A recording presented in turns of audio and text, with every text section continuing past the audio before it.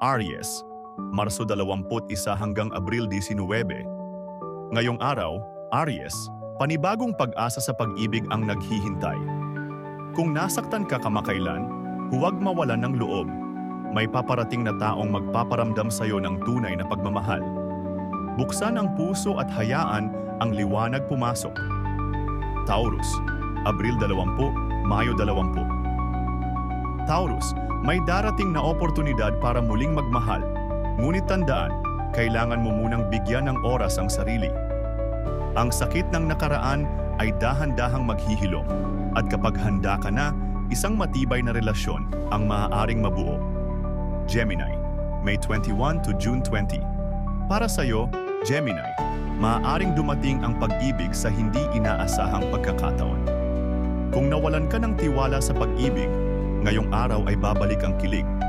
Maging bukas sa posibilidad ng mga bagong koneksyon dahil baka nariyan na ang iyong hinahanap. Cancer, June 21 to July 22. Cancer, ang puso mo'y sensitibo at madaling masaktan. Pero ngayong araw, pagtuunan mo ng pansin ang sarili mong kaligayahan.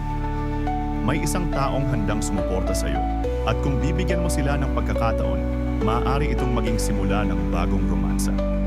Leo, Hulyo 23 hanggang Agosto 22. Leo, ngayon ang tamang panahon para hayaang muli ang iyong puso na sumiklab sa pagmamahal. Huwag matakot magpakita ng iyong nararamdaman. May bagong tao na hahanga sa iyong tapang at lakas, at siya ang magdadala ng init ng pagmamahal sa iyong buhay.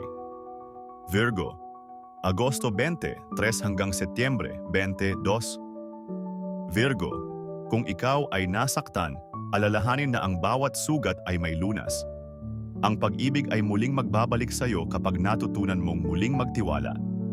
Ang bagong pagkakataon sa pag-ibig ay malapit na, kaya't ipagpatuloy ang paghilom at maging bukas sa bagong simula. Libra, Setyembre 23 hanggang Oktubre 22. Libra, oras na para balansehin ang iyong puso.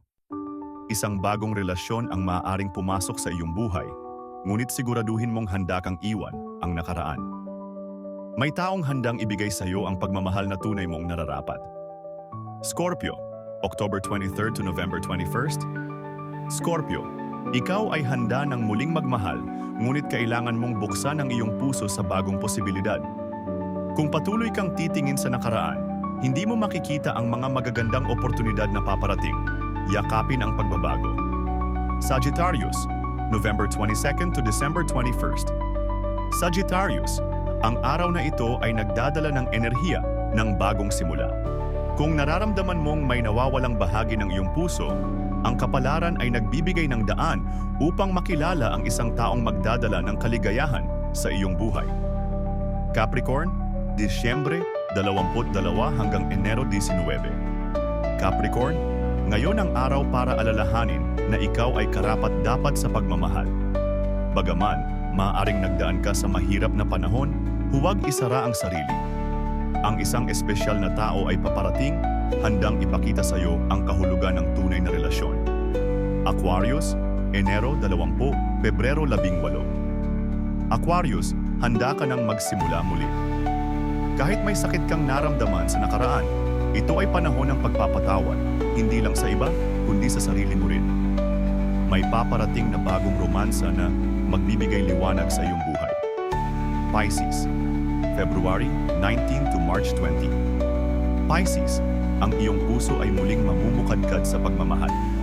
Kahit nasaktan ka, tandaan mong ang tunay na pag-ibig ay palaging may lugar sa iyong buhay.